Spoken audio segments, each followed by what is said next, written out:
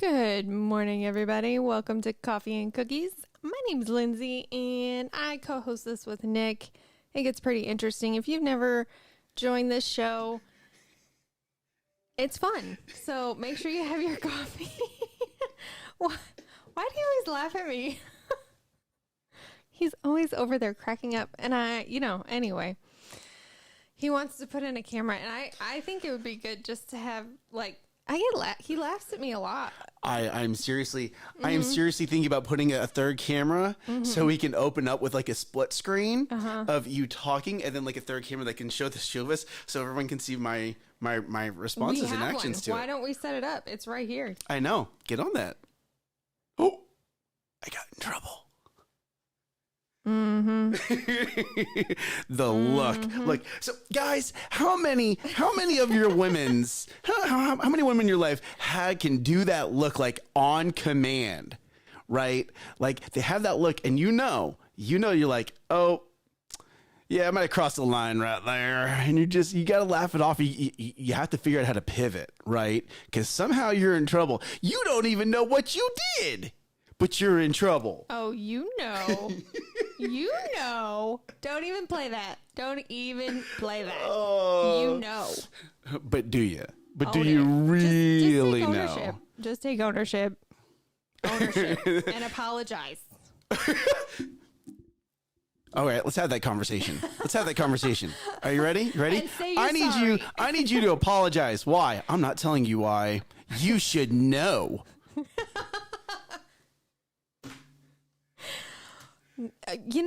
If you hit somebody, you know that you should apologize. That's all I'm saying. I'm not saying I get hit. That's not what I'm saying. Hold up. Dustin, what do you do, bro? Why was that her go-to here, man?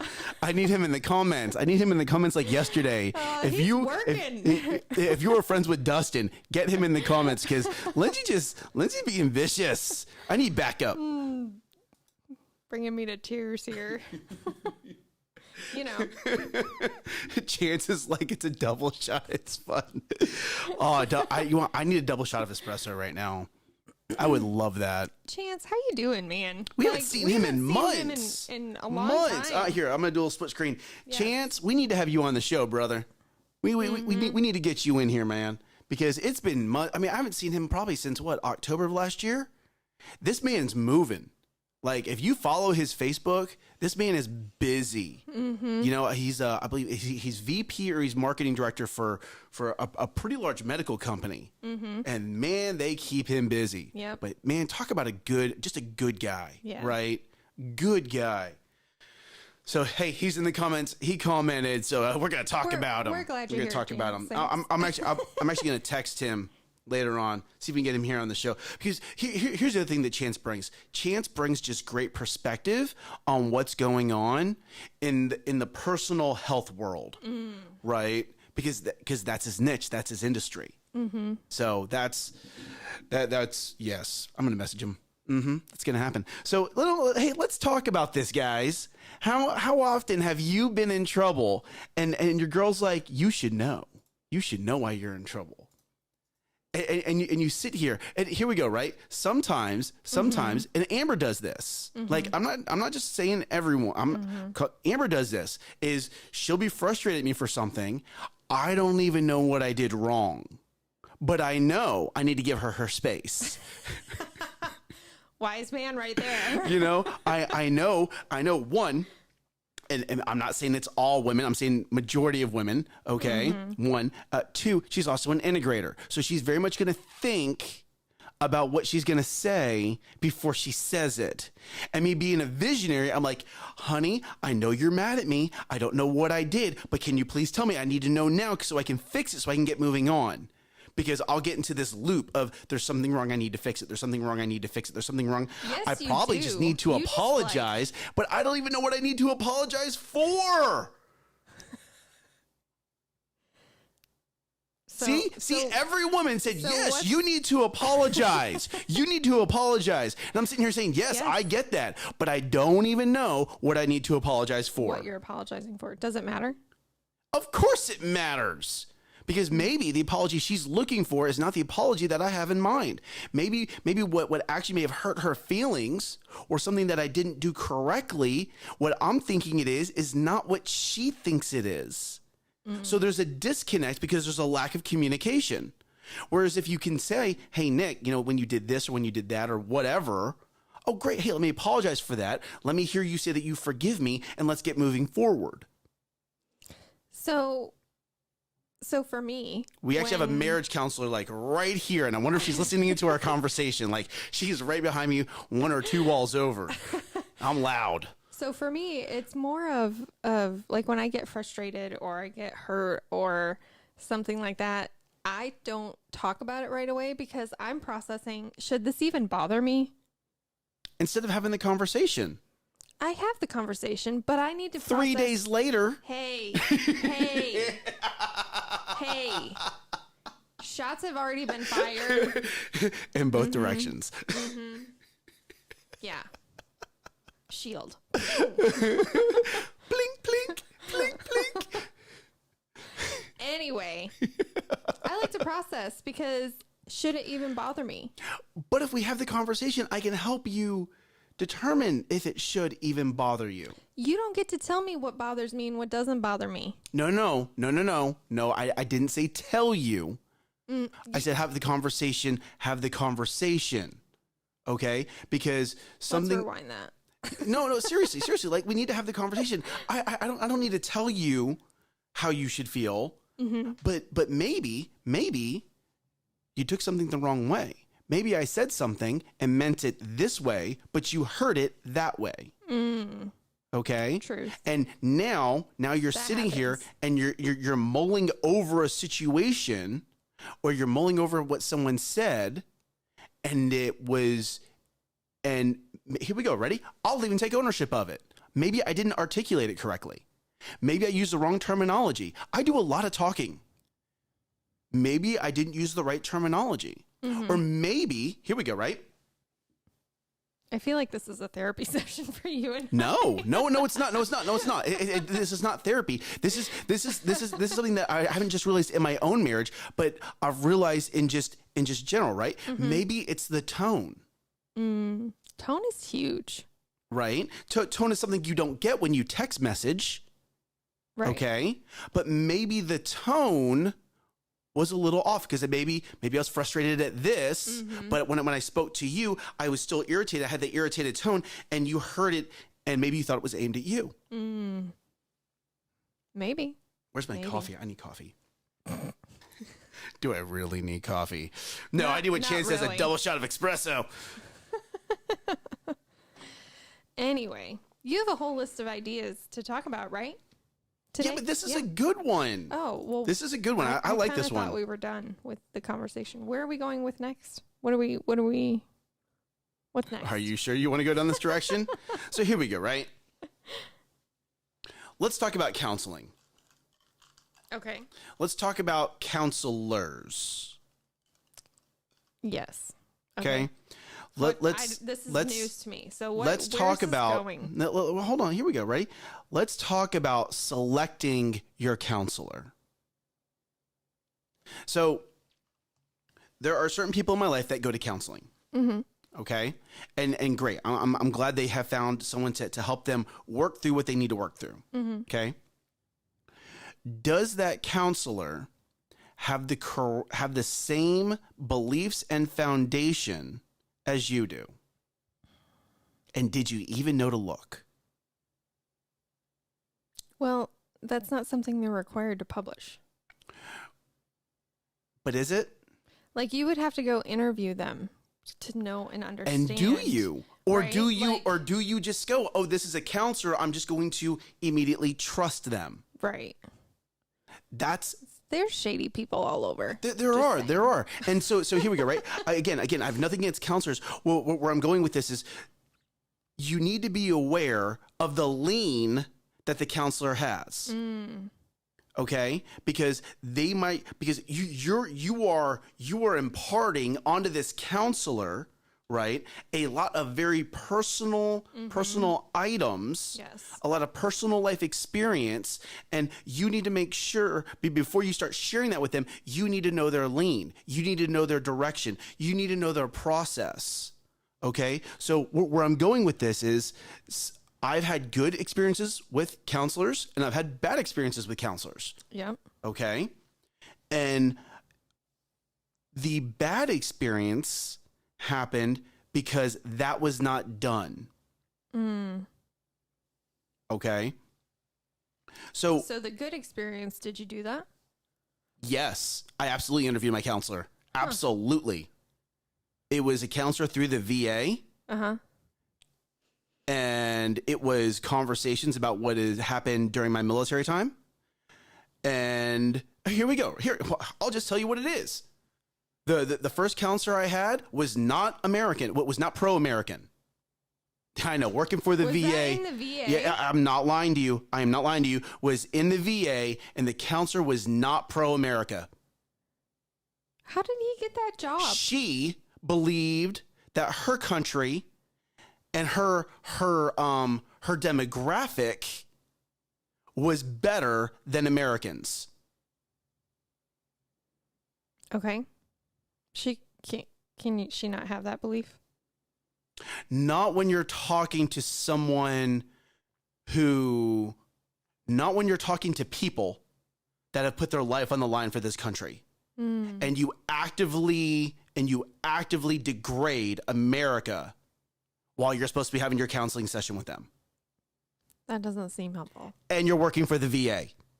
I wonder if they still work for the VA. They don't. So, but here we go, right? I had had a prior experience before that individual where I was asking those questions, and then I was listening to what she was saying. And instead of it being great, let's work through this, there was always this negative American hint. There was always a negative American military hint with what she was saying. Okay. So yes, you need to know this. Now, my current counselor, she's very pro-American. She's very pro-VA. She's very pro, not so much pro-military, but let me help my veterans. When we talk about America, it's in a positive light. It's in how are we as Americans doing things better? How are we as veterans doing things better? How are you as a veteran starting to contribute to society? Okay? But you have to be aware of the lean, because here we go, right? You did 20 years. So someone who served way longer than I did. People who've had to do things for this country that they're questioning now. If you go meet with a counselor and this counselor has a negative hint on everything that you did, and you can tell through their eyes they're judging you, how's that going to make you feel? How are you supposed to heal and move forward? Well, I think it also goes back to what we were talking about yesterday. And a counselor is somebody that's helping you process it. They're giving you advice. They're talking their way through it. It's your choice to listen or not. But when you repeatedly hear that voice, you're going to start believing or listening to it, whether you choose to consciously choose to or not. Absolutely. Like if this is a voice that you're not supposed to be listening to, you don't go back and seek it out. You need to kind of say, this isn't a voice I want to listen to. Don't go ask them for advice. That's what the Bible talks about, a dog going back to his own vomit. Like, ugh. Like, don't go back to that negative thing and fill yourself up again. So just be aware of their lean. Of their lean. Be aware of it. Sure. You have to be aware of it, because again, that's someone you're trusting, right? That's someone that you are sharing very intimate conversations with. Okay. And you have to be aware, just like with a spouse or someone that you're about to marry, when you're sharing those kinds of details, you have to be aware of that. You absolutely do. Okay. So that's it. I'm off of it. Learn your lesson. Learn from my mistakes. Here we go. Hear me on this. Learn from this. And if you go seek a counselor, whether it's in a church, whether it's through the VA, or whether it's private practice, learn their lean. Or even through the school. There's counselors in the school. Right? Good point. And, good point. The school system, you don't get to choose who your counselor is. They're assigned to you. Same way in the VA. It's the same way. You get assigned a counselor, and then if for some reason you don't resonate with that counselor, you have to request it. You have to. Right. Okay? So, understand people's lean. Okay? So we're and here we go. If you're a parent, hear me on this. If you're a parent, it is your responsibility to know the counselor's lean before you allow that counselor to speak to your child. Okay? Right now, and we're going to talk about this. We're going to talk about it. Right now, there's this quote unquote, what I'm hearing is there's this gender crisis. Okay? Everyone wants to be all touchy-feely. Oh, hear your emotions. To a point. These are young kids. These are young teenagers. There needs to be strong leadership that is leading them in a very biblical direction, that is helping them process and become the best them they can be. But let's not be confusing kids here. Right. So there's some actor, actress, not sure, started out as an actor, now as an actress, but they're like 7 years old. And they did a gender change. But do you know you can't legally do any manipulation to your body, even with parental consent, until you're 18? If you have enough money, anything is possible. Is it? Yes. I think it's a law. Yeah. With enough money, anything is possible. Yeah. So the parents were all on board and helping this kid that's again not even hitting their hormone season of figuring out who they are to turn into a different gender. Know your counselor's lean. Yeah. Before you give your kids to them. Before you share your personal experience with them, know their lean. Okay? Now, we're going to go down a positive direction, right? Here we go. So this first segment wasn't negative. It was to get you to think, right? That was an educational piece. Be aware, and if you are aware, now you know that someone else has had an experience, and now you know to start asking the questions, right? That's the most important piece. You know to ask the questions. Right. Don't just take it on blind faith. Ask the questions. So let's talk about a little parenting win real quick.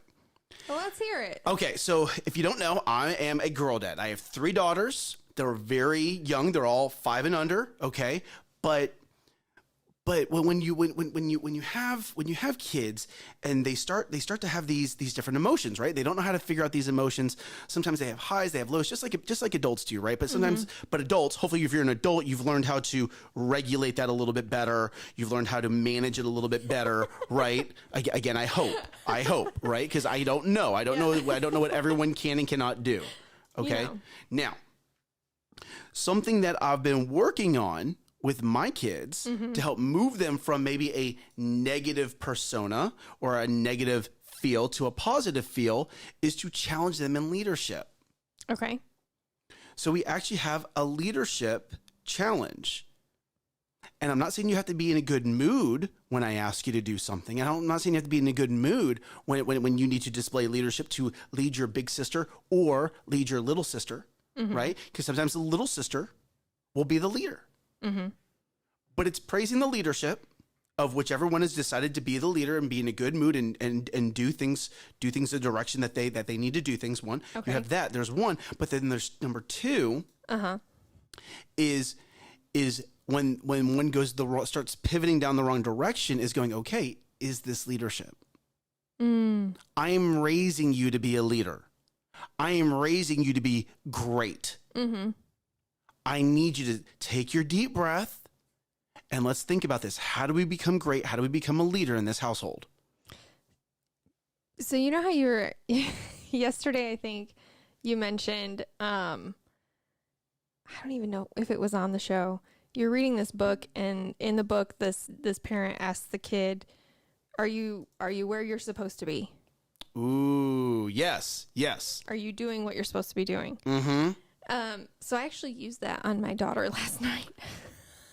I am so proud of you. And she stopped. She goes, no. And she just did what she was supposed to do. And I was like, I found the golden ticket for my daughter. It was great.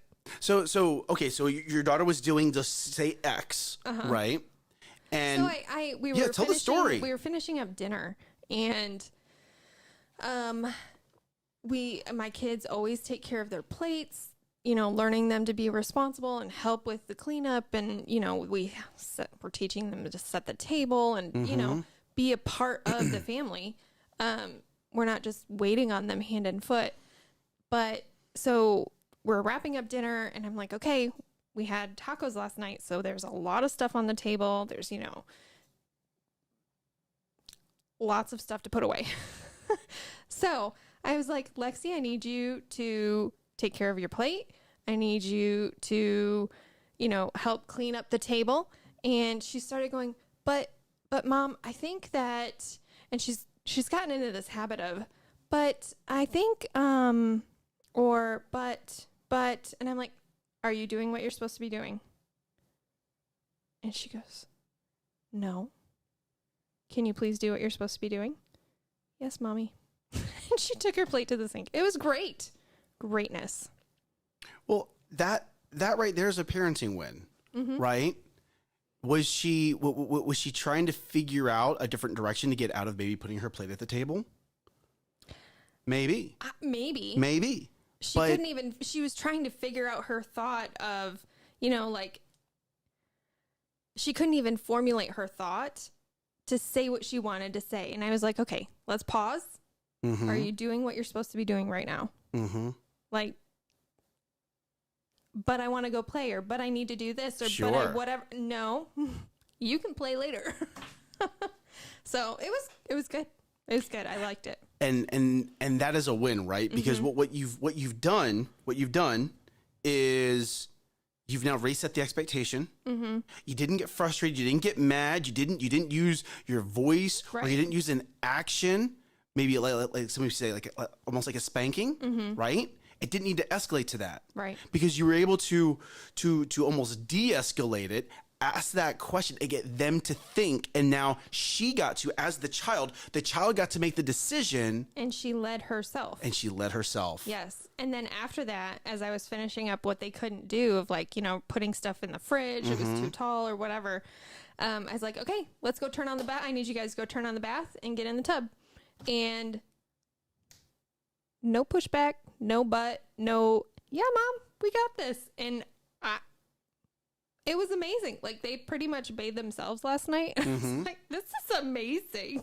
So and you're saying it that way. Is this something new within the household? Is it normally a little bit of a nudging and persuading and a little bit of back and forth? You know, Dad, he served at church last night, so it was single mom. Oh my gosh, single parents. I don't want to be a single parent ever in my life, ever. But it was a lot of, okay, I'm finishing this up so that we can put this away so the food doesn't spoil or go bad or get warm or whatever. I need you guys to be leaders and take care of this. Like, go get started. I'll be there in just a minute. And I was listening to him, you know, playing in the bathtub and, you know, whatever. And I checked out. They called for me, actually. I didn't even go in there until they called for me.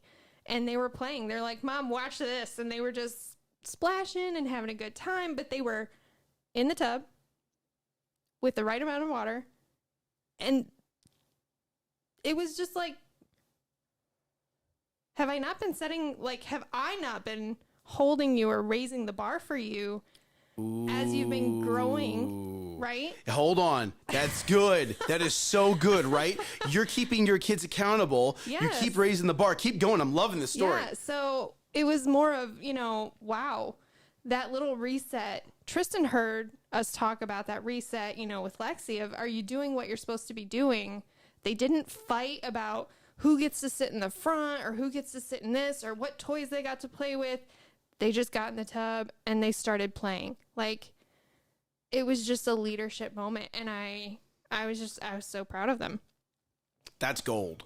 That is gold. And here, if she continuously raises the bar. But I didn't know that I hadn't been until I set that. There you go. You know, until I set that expectation of, hey, I need you guys to go start the bath. I need you to get in the tub.